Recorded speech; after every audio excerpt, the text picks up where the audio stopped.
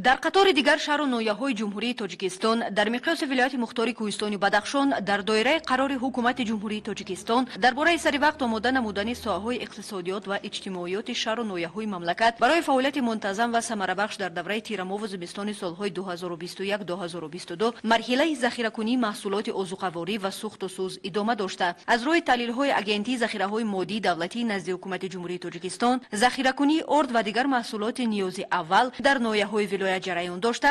захираи орд ба ҳар як ноҳияи вилоят то 400 тонна рост меояд. ин аст ки дар дурдастарин минтақаи вилояти мухтори кӯҳистони бадахшон ноҳияи мурғоб низ аз ҷониби агентии захираҳои моддии давлатии назди ҳукумати ҷумҳурии тоҷикистон беш аз 120 тонна орди нави якум, орди нави дуюм ва маҳсулоти озуқаворӣ ба монанди шакар, биринҷ, марҷумак, макарон, равған, нахудпора, намак, собун ва дигар маводи озуқаворӣ дар амбори марказии агентии захира карда шуда барои фурӯш ба 7 нуқта тақсим хоҳад шуд. این تامین اولی با مواد اولین درجه از اونها مواد خوراکوری اور و چورو با خوراک چورو می باشد و دستگیری و سپارش‌های روبرات حکومت جمهوری توجیستان شخصا پیشور معظم ملت در اینجا نقطه‌های فروش اگنتی ذخیره ملی فعالیت دارند. در همه جماعت با مواد اولین درجه از اونها ارتخند، روغن و دیگر مواد ضروری تامین می‌باشند به نرخ دسترس برای اولیه دسترس گردیده استودند. هم در بازار اومده هم در نقطه اگنتی ذخیره مادی و حدود زیاده از 120 تن ارد نو یکم قند و دیگر مواد به مقدار ضروری تامین می‌باشند که اینا میتونند در 2-3 ماه تنوع اولیه رو با تمام مواد ازوخوری تامین می‌کنند. агентии захираҳои моддии давлатии назди ҳукумати ҷумҳурии тоҷикистон дар ноҳияи мурғоб дар ҳамаи ҷамоатҳои деҳоти ноҳия нуқтаҳои фурӯш дошта барои бо муваффақият паси сар намудани давраи тирамову зимистони солҳои 2021-2022 маҳсулоти ниёзи аввалро бо нархи арзон дастраси аҳолии ноҳияи мурғоб мегардонад.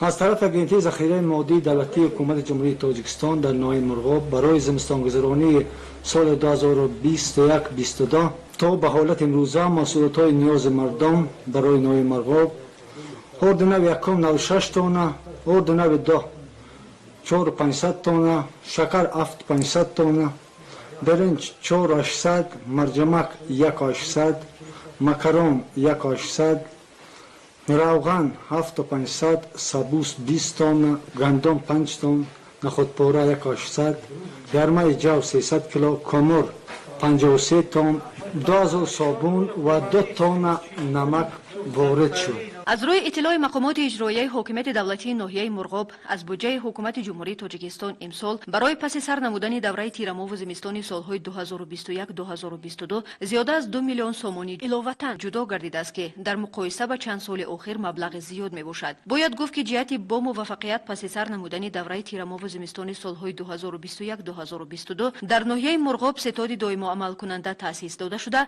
дар баробари захира намудани маводи ниёзи аввал ҳамзамон аз ҷониби агент به مقدار 12000 لیتر بنزین نیز ذخیره گردیده است. اقلیم ناحیه مرغوب از همه جهات عظیم‌تر می‌باشد. به این مقصد آمدن سوء اجتماعی اقتصادی ناحیه و دوره بهار زمستان که مسئله مهمترین است که مقامات اداره محلی و حکومت دولتی ناحیه به اون تخطی جدی روانه می‌نمود و دستگیری پیشور معظم ملت برای تامین نمودن ساحه‌ها می‌رواتن 2 میلیون سومونی جدو گردیده. مطابق قرار حکومت جمهوری تاجیکستان از 3 اپریل سال 2021 رقم 101 درباره سربخت آمدن سالهای اجتماعی جمهوری برای فعالیت منتظم در دوره تیرماه زمستان سالهای 2022 استاد نوحوی تأسیس داده شده است تا جهت تامین نمودن ساحه‌ها نقشه چوبینی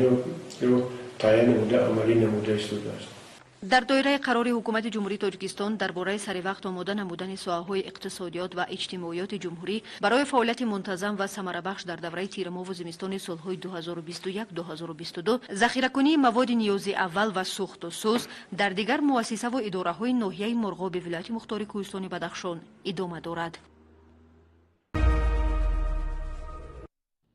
کنفرانس علمی نظریوی چون انحنا و پاسداشتن مقدسات ملی با صدا دادن سرود ملی آغاز گردید. رئیس سود ولایت مختار کوهستان بدخشان نظرزاده عبدالحنان خدای نظر سراول کل کارمندان مقامات سودی را به افتخار این صحنه مبارک و فرخنده شادباش نموده نامه تبریکاتی رئیس سود عالی جمهوری تاجیکستان شیر محمد شایان را در نزد حاضرین ارائه نمود. رئیس ولایت مختار کوهستان بدخشان یادگار فیض‌آب نیز کارمندان این نهاد را به خاطر روز تاریخیش مبارکباد گفته نقش و موقع حاکمیت سعودی را در اداره دولت و پیشرفت جامعه خیلی مهم معنی داد نمود. قید گردید که وظیفه های حاکمیت سعودی و تامین عدالت در اساس پرینسیپ و معیارهای دموکراتی مرافع سعودی از جمله برابر همه در نزد قانون و سود، برابر حقوقی طرفها در جریان بحث و مناظره و به طرز آشکارا گذراندن مرافع سعودی صورت میگیرد که این معیارهای قانون کفیل واقعی حفظ حقوق و آزادی های انسان، تحکیم قانونیت و ترتیبات حقوقی در مجموع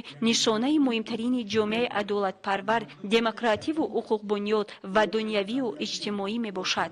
من به حیث 3 سال در همینجا رئیس ولایت هستم و زحمت و خدمت و مشکلات کار شما را خیلی و خیلی خوب احساس میکنم. از آن فخر دارم که امروز پروسس سودی در ولایت مختار کوهستان بدخشان در اساس پرینسیپ‌های دموکراتی، در اساس برابر حقوقی، در اساس یک تله جوگری بودن در نزد قانون و با دل و نیت پاک کارمندان سعودی به عمل آمده ایستاده است. گفته شد که در دوران صاحب استقلالی کشور در سمت تشکیل و تحکیم حاکمیت سعودی، تامین قانونیت و عدالت سعودی کارهای زیادی به ثبوت رسانده شدند. از جمله برای رشد تحکیم مقامات سعودی 4 برنامه اصلاحات سعودی و حقوقی قبول کرده شدند. علاوه گردید که طبق طلبات قانونگذاری مرافعوی جنایتی پروکورور، مفتش و تحقیق برنده وظیفه دارند که برای همه جانبه و پررو و خالصانه تفتیش کردن حالتهای کار تمام چاره‌های پیش بینی نموده قانون را اندیشند و همزمان حالتهای آشکار کننده، سفید کننده، سبک کننده و اساسهای جوابگری عیبدار شونده را معین نمایند. سالهای اول وقتی که مردم می‌گفتن به سود مراجعت کنید، هیچ کس مراجعت نمی‌کرد، باوری نداشتن، اعتماد نداشتن. امروز برعکس و میگن محترم رئیس اگر مسئله مرا حل نکنه من به سود مراجعت میکنم. حتی از بالای مقامات، از بالای رئیس ولایت به سود مراجعت میکنن. یعنی مردم حقوقش میدونن.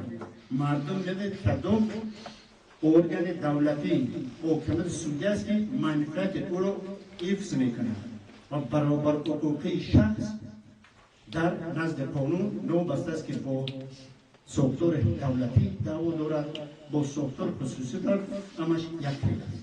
امروز حکومت سعودی نه فقط منفعت شخص و دولت را حفظ میکند، همچنین منفعت صاحبکار، منفعت نفری که مالکیت دارد حفظ میکند.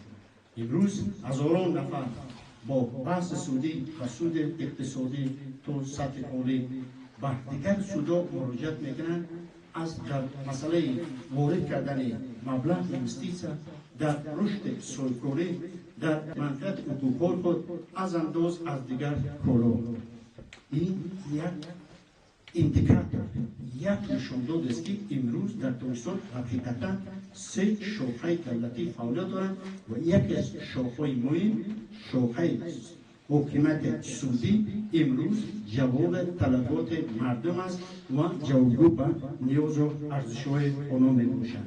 پیشوای ملت هنگام سخنرانی خود در نزد کارمندان سود پروکراتور بسیار خوش کرد که هر یک پرونده‌ای که امروز به پروسس سودی پیشبری کرده میشد باید همه طرفا آموخته شود، از طرف پروکراتور، از طرف مفتش کارهای داخلی و دیگر.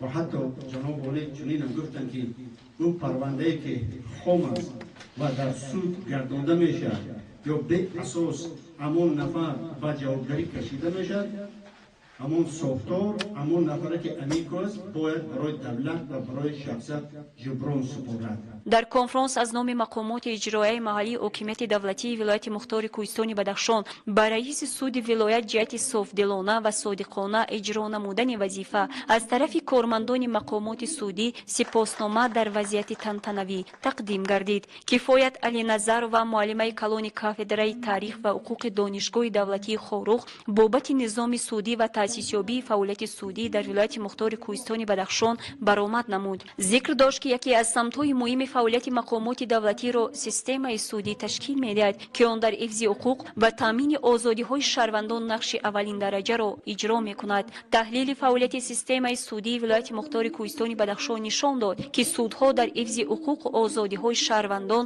нақши асосӣ доранд ва танҳо ҳифзи ин ҳуқуқ ва озодиҳо меъёри баҳогузории фаъолияти судҳо ба шумор меравад. Саноҳат Пиракова, котиби маҷлиси суди ноҳияи Шуғнон, роҷеъ ба мустақилияти судҳо ҳарф зад. гуфта шуд ки дар асоси моддаи 84 ва 87 Конститутсияи Ҷумҳурии Тоҷикистон мустақилияти судҳо кафолат дода мешаванд ва ҳокимияти судӣ мустақил буда аз номи давлат ва аз тарафи судяҳо амалӣ мегардад. Орифзода Парвиз Рустам, прокурори вилояти мухтори кӯҳистони Бадахшон, Аъзам Толизода, муовини сардори раёсати вазорати корҳои дохила дар вилояти мухтори кӯҳистони Бадахшон, Абдукарим Абдураҳимов, муовини сардори раёсати кумитаи давлатии амнияти миллӣ дар вилояти мухтори кӯҳистони Бадахшон, ректори донишгоҳи давлатии Хорух Юсуфзода Гулзорхон Амиршоҳ ва собиқ раиси суди вилояти мухтори кӯҳистони Бадахшон Саид Мусаллам Шомусалламов ҳамаи кормандони мақомоти судиро ба хотири ин рӯзи Саиду Фархонда табрику шодбош намуда,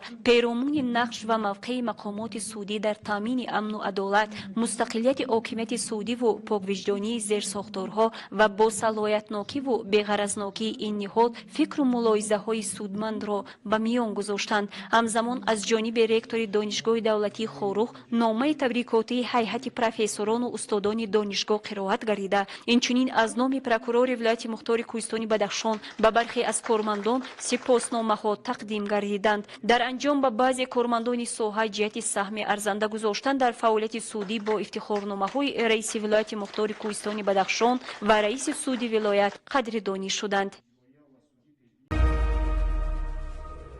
ба ин васила барои ташхису бехатарии озуқаворӣ дар маркази вилояти мухтори кӯҳистони Бадахшон шаҳри Хорух озмоишгоҳи махсусе вуҷуд дорад ки маҳсулоти гӯштиву ширӣ ва сабзавоту меваҷот дар он пайваста аз ташхис гузаронда мешаванд. барои бехатарии озуқаворӣ дар озмоишгоҳи маркази бехатарии озуқавории вилояти мухтори кӯҳистони Бадахшон технологияи озиразамон аз олмон дастра шуда, имрӯз тавассути ин лавозимот маҳсулоти ниёзи аввали сокинон мавриди ташхис ва муайянкунии бехатарӣ қарор доранд. شعبه سیرولوژی کور و فوقیت خود را طبق نقشه تصدیق شده مرکز تشخیص بخطری عضوخواری ولایت مختار کوهستان بدخشان برآمده مانده است. شعبه نامبرده با تجهیزات و اسباب و انجام زمانوی تشخیصی مجهز گردانده شده است که از این اسباب‌های گرانبهای تشخیصی این اسباب الایزا از طرف برنامه جانبداری مناطق کوهستان خزینه اولاخون با تجهیزات تشخیص عذرزمان از طرف تشکیلات بین‌المللی جایزی دولت آلمان دسترس کرده شده مورد بهره برداری قرار داده شده اند. شعبه سیرولوژی مرکز تشخیص بخطری عضوخواری ولایت کسلی‌های بروسلوز، کلامیدیوز، اپیدمیت انفکسیونی قوچکارها، ریاکسیون حلقوی شیر نسبت کسل بروسلوز و دیگر کسل‌های انفکسیونی را از تشخیص می‌گذراند. نتیجه‌ها را از روی مواد سیرولوژی و مؤسسه‌ها و شهروندانی که مواد سنجشی وارد میشوند و تشخیص را سرپخت می‌گرداند. кормандони марказ дар ин ҷо бемориҳои ҳайвоноти хонагии паррандару аматарафа санҷида касалии онро муҳайя менамоянд, зеро касалии гуногуни ҳайвонот метавонад ба одам гузарад. аз ин рӯ мутахассисони ин ҷо метавонанд ҳар гуна бемориҳои ҳайвонотро пешгирӣ намоянд. бояд ёдовар шуд ки мутахассисон бо истифода аз технологияи озиразамон метавонанд дар муддати кӯтоҳ бемориро муҳайя намоянд. ин беморӣ бештар ба одам аз истеъмоли маҳсулоти ширӣ ва гӯштӣ мегузарад. дар доираи ҳамкориҳои судмани ҳукумати ҷумҳурии Тоҷикистон бо бахши хусусӣ имсол маркази ташхиси خطری عضوقواری در ولایت با تجهیزات معاصر جهازانیده شد. چنین دستگیری‌ها به متخصصان امکانیت می‌دهد که فعالیت را در آزمایشگاه‌های مرکز به طور لازمی برگزارند و در بهداشت صحتی عامه سهم خود را گذارند. در اینجا همچنین تشخیصگاه فیتوسانیتاری و کارانتینی رستنی فعالیتش را طبق قانون جمهوری تاجیکستان درباره کارانتین رستنی‌ها به راه مانده. در 9 ماه سال روان 122 عدد موادهای فیتوسانیتاری از تشخیص گذرانده شدند. در نتیجه تشخیص در 10 نمونه محصولات ارگونه حشرات ضرررسان و تخم‌های علف‌های بیگانه آشکار گردیدند. تشخیصگاه فیتوسانیتاری و کارانتین رستنی فعالیتش را طبق قانون جمهوری تاجیکستان درباره کارانتین رستنی و نقشه کاری تصدیق شده مرکز تشخیص بخطری عضوقواری قرار داده یک قطار کارهای زیاد را به انجام رساند. در سال جاری به تشخیصگاه فیتوسانیتاری از طرف شخصان علایده و از طرف متخصصان ساحه فیتوسانیتاری موادهای تحت کارانتینی همچون نمونه به تشخیصگاه وارد گردیدند و در اینجا آنها پره از تشخیص گذرانیده شدند. در دوام 9 ماه قریب 122 تشخیص گذرانیده شد و در 10 نمونه یعنی وارد شده کسلیواه و حشرات‌های ضرررسان کارانتینی و اینچنین علف‌های بیگانه کارانتینی آشکار گردیدند و به هر یک اینها یعنی از طرف متخصصان سایه و از طرف یعنی تشخیصگاه اوید نیست کردن آنها توصیه‌ها داده شده‌اند. بخطری عضوقواری البته بخطری سلامتی می باشد. با این وسیله امروز از جانب کارمندان مرکز تشخیص بخطری عضوقواری در ولایت مختار کوهستان بدخشان پیوسته سنجش لابراتوریوی برگزارده شده. محصولات گوشتی و شیری و دیگر محصولات از تشخیص گذرانده می شوند و بخطری آنها معین کرده می شود.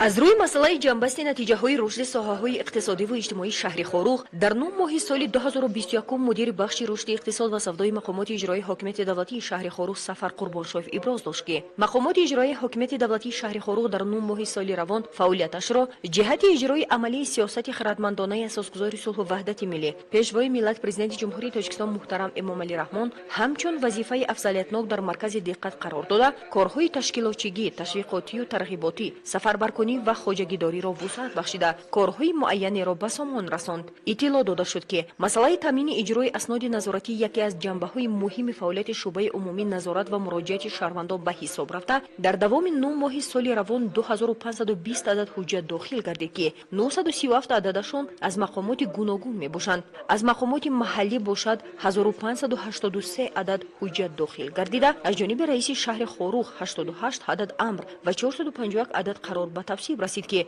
81 عددشان در زمینه قرارهای حکومت جمهوری تاجیکستان و رئیس ولایت می باشند. همزمان در دوام 9 ماه سال روان به مقامات شهر خاروخ 920 عدد عریضه های خطی داخل گردیدند که 78 عددشان از مقامات ولایت و جمهوری می باشند. گفته شد که در سال 2020 از طرف مجلس وکیلان خلق شهر خاروخ برنامه رشد اجتماعی و اقتصادی شهر برای سالهای 2021-2025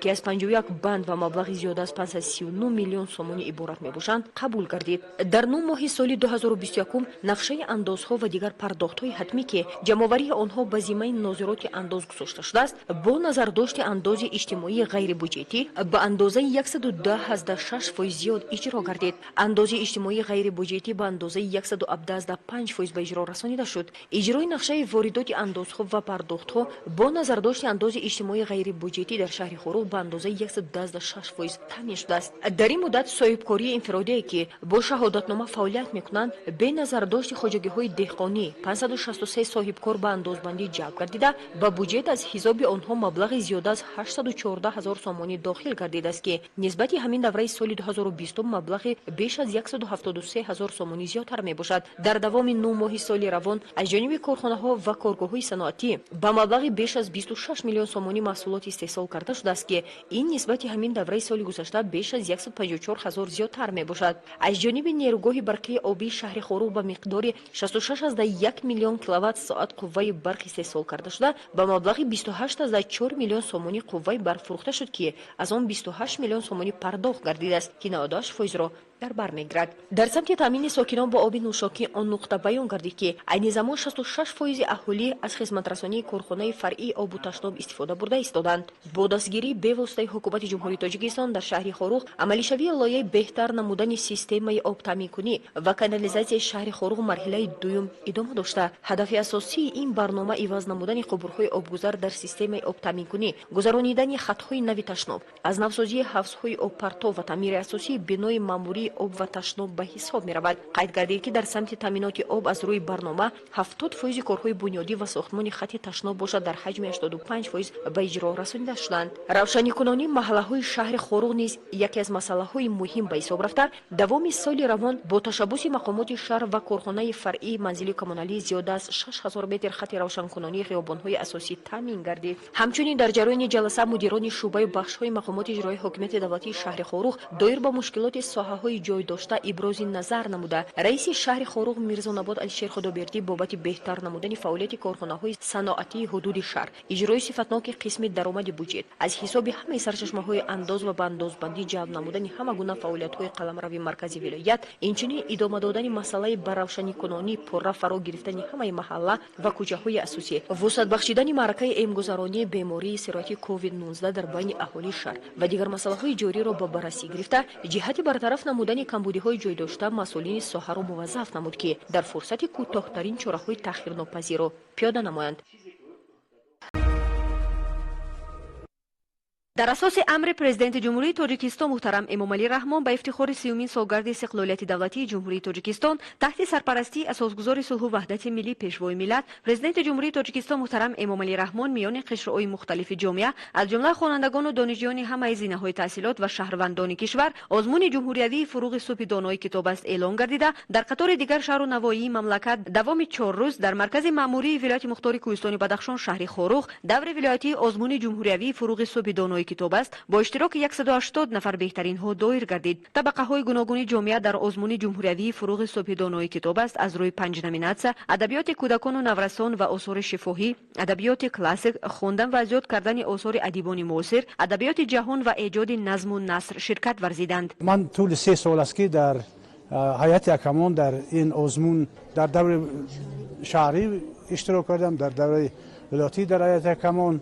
می‌بینم که سال به سال توجه مردم به خواندن کتاب و رو آوردن به کتاب خیلی زیاد شده است و این یک انقلاب معنوی، انقلاب فرهنگی در جامعه ما است، زیرا مردم به عنعنه‌ها و سنت‌های اجدادان خود رو آورده است و کتابخانه ها آزادپور کتابخانه است که این خیلی یعنی یک پیشروی جمهوری ما در عرصه بین الملل است و ما دور 3 آزمون رو امروز جنبش کردیم. من رئیس کمیسیون حکمان در نامیناسی ادبیات معاصر بودم. در آن 50 نفر اشتراک کردند و جدا کردن جایها خیلی دشوار برای ما افتاد، چون که داوطلبان هرچه بیشتر و بیشتر از دیگر میخوان که پیشگامتر باشند، زیادتر خوانند و این باز یک محک می شود که باز هرچه زیادتر شوق و هوس خوانندگان، معلمان، دانشجویان، قشر کلانسال جامعه، جوانان به کتابخانه افزون می‌گردد. آزمون جمهوریوی فروغ صبح دانایی 5 نامیناسیون را در بر گرفته. دوستداران کتاب با ذوق و خواهش بلند در آن شرکت ورزیده بار دیگر ثابت نمودند که هر یک آنها با کلواری پر از جستجوهای نو بر رقابت آماده هستند. آزمونی که در آن همه برنده می‌شوند، این آزمون جمهوریوی فروغ صبح دانایی کتاب است که ما نسل نورس را به کتاب و کتابخوانی تشویقی بیشتر می کند. سپاسگزاری صمیمی خود را به پیشوای ملت محترم امامعلی رحمان می رسانم. سرور دولت با دوراندیشی به خودشان خاص احساس می نماید که آینده جوانان از کتاب و دانش وابستگی زیست دارد. به اندیشه من این آزمون از آزمون‌های مقرری فرق می کند، زیرا در این آزمون همه غالب و برنده می شوند. باری دیگر درود و سپاس بر دستاندرکاران، مؤسسان، استادان و دوستان راهنما که دست مرا گرفتند و تا به این منبر ارجمند آوردند. به قول سیدای بزرگوار، به مربی زیر گردون متور نتوان شدن.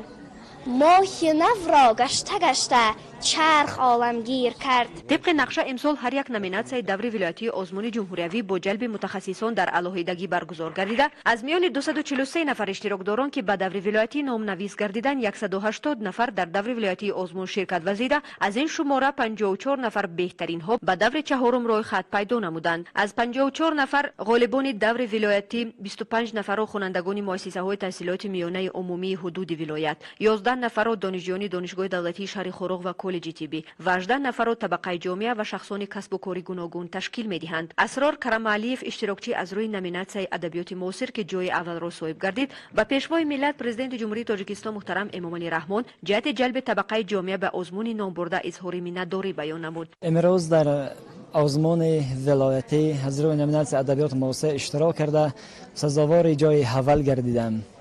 این ابتکار پیشوای ملت برای ما جوانان بسیار سروقتی است و ما سرفراز هستیم، خوشبخت هستیم که در صلح و ثبات وحدت ملی زندگی و کار و فعالیت می نماییم. با محترم پیشوای ملت و حکومت جمهوری تاجیکستان برای این اقدام سروقتی من اظهار تشکر و منتداری خویش را بیان می نمایم که نوابسته از معیوب بودن من مرا قبول کردند و برای من شرایط فراهم ساختند و تا من سربلندانه در این آزمون اشتراک نموده سزاوار جای نمایان گردم و در آینده نیز من کوشش میکنم که پیرو پیشوای محظم ملت باشم. من برای این آزمون قریب 1 سال تیاری دیدم و زیاده از 120 غزل، زیاده از 150 دو بیتی و رباعی، زیاده از 400 مصرع داستان و کتاب‌های نثری را مطالعه نمودم و امروز محترم داوران مرا سزاوار جای اول دانستند و این برای من باعث خرسندی است. رئیس ولایت مختار کوهستان بدخشان یادگار فیضف اشتراکداران دوره ولایتی آزمون جمهوریوی فروغ صبح دانای کتاب است و آموزگاران و والدینی که با آنها همجانبه آمادگی دیده جهت اشتراک در آزمون تیار نمودند عرض سپاس نمود. قید گردید که نه هر یک شخص قوت و توان دارد در نزد عالمان و ادیبان و شاعران و متفکران برآمد نمایند. به غالبان دوره ولایتی جهت نشان دادن مهارت بلند و به این وسیله معرفی نمودن ولایت مختار کوهستان بدخشان در سطح جمهوری برای کامیابی تمنا نمود. آزمونی که طی 3 سال در جمهوری برپا کرده است به واسطه با ما زحمت شبانه روزی دخل دارد. شما ممکن قصه پیدا شدن همین ایده رو شنیدید. پیشوای ملت در یکی از جلسه ها گفتن که شب ساعت 2 یا 3 شب درباره معرفت، درباره علم، درباره همه چیز فکر کردم. میگه بعد بسرم یک فکر آمد که ما چیکار کنیم که زیادتر استعدادها رو کشف کنیم، چقدر زیادتر محبوبیت رو به انیس کنج تنهایی به کتاب زیاد کنیم و چقدر ما معرفت مردم بلند برداریم و از آثار نیاگان خود بازم بهتر خبردار شیم. بعد میگه ساعت 3 و 4 ساعت خیستم جناب عالی، اگر کاغذ گرفتم قلم گرفتم که همین فکر با تا ساعت فراموش نکنم اینه در روی کاغذ آوردم و بعد بگه ساعت آمدم به کار و بعد مشاوران کارمندان مسئول دستگاه رو جمع کردم و همین ایده را گفتم و بعد میگه با پیشنهاد من با فکر درخواستای همکاران انا همین فکر تشکیل نمودن فروغ صبح دانایی کتاب است برای پیدا نمودن استعدادها که آینده وطن در دست آناست، برای زیاد نمودن شوق رغبت به خواندن کتاب و بلند برداشتن سواد و معرفت مردم تاجیکستان در همان شب از طرف جناب عالی پیدا شدن و این را روی کار آوردن. اما اون نفرانی که در این آزمون شرکت داشتن تشکر صمیمی خود را ابراز دارم. با یادآوری از سخنان پیشوای ملت پرزیدنت جمهوری تاجیکستان محترم امامعلی رحمان رئیس ولایت قید نمود که تأسیس آزمون فروغ صبح دانای کتاب است از جانب راهبرت عالی مملکت با مقصد بلند برداشتن ذوق کتابخوانی میان نسل جوان، تقویت نیروی ذهنی آنها، دریافت چهره‌های نوی سخنور و سخندان، ارج گذاشتن به ارزش‌های ملی و فرهنگی، انکشاف قابلیت ایجادی، تحکیم احساس خودآگاهی و خویشتن شناسی، تکمیل ذخیره لغوی، تقویت جهان معنوی میان اهالی کشور روانه گردیده دوام 3 سال اخیر ثمره خوب به بار آورده ایستاده است. نه هر کس متانت دارد بیاید در روی صحنه در روبروی عالمان، استادان سخن، استادان شعر، نویسندگان، زیایان شعر بخواند، حکایه نقل کند، شعر نویسد یا حکایه نویسد. این هر کس کردن نمیتونه. این نفری کردند که ناموس دارد، متانت دارد، به دانش خود باوری دارد و نامبردار و پرچمبردار امین دیار است. شما نفران که در این آزمون شرکت ورزیدید، بار دیگر سخنان شاعر طلا پولادی را در عمل نشان داد که 100 سال پیش گفتم که مردمی بام جهان اکثریت بینوا بود ولی دانا بود. ما امروز بینوا نیستیم ولی شرط و شرایط زندگی ما، دسترسی ما به تعلیم و منبع کتاب نسبت به دیگر منطقه‌های جمهوری محدود است. ولی افتخار داریم که پارسال 2 تا شرکنده امین آزمون محمد خدمت شاینه و شریف ما و دین ما می‌دارد. هزاران دانشجویان او لیسه و او گیمناز و او شهرهای بزرگ را خفا ماندن و سزاوار جای بلند شدند. و چندین نفر سزاوار جای افتخاری شدند. من امید دارم که این سال این قهرمانی، این متانت تکرار خواهد شد. همون نفرانی که در سطح جمهوری میرن ما باید همه جانبه آنها را آماده کنیم. در بسیار شهر و نواحی‌های جمهوری این نفرها را از درس از کار آزاد میکنند. برای شرایط بهترین آماده میسازند. خانه، کتاب، اینترنت، استاد همه چیز آماده میکنند. چون بسیار سوالاتی که اعضای اکرمان پرسیدن بخصوص درباره لغت، درباره خطای املایی این کار ساده نیست. او روی روان و او کیوان و او کلمه که کلاسیکال ما استفاده می‌بردن یا شعر معاصر من قسمت زیاده رو نمی‌فهمیدم. وقتی از کودک سوال می‌کردم من در گوگل می‌گفتم چی معنا دارن، او قصه آب رکنات چی است و او گلگشت مصلا چی است. حافظ که میگه او روی روان سعدی چی را در نظر دارد. بعضی کلاسیکال مثل عبدالقادر بگیره 10 بار خونی بعد با معناش تفهم می‌ریم. ممکن حتی بعض استادان مکتب یونان نمیتونن. اینجا ما باز ضرور است کمک استادان دانشگاه، کارمندان اینستیتوت علم گمداری، شاعران و نویسندگان ما و حتی ضرور باشد از جمهوری یا دعوت کنیم یا پیوست موقتی که در مسائل لغت، در مسائل املا با ما کمک کنند. در این روز برای اشتراک فعالانه در دور ولایتی آزمون جمهوریوی فروغ صبح دانایی کتاب است و اشغال نمودن جایهای نمایان از نام رهبریت ولایت به 54 نفر غالبان دور ولایتی آزمون جمهوریوی فروغ صبح دانایی کتاب است افتخارنامه و مکافات پولی تقدیم کرده شد.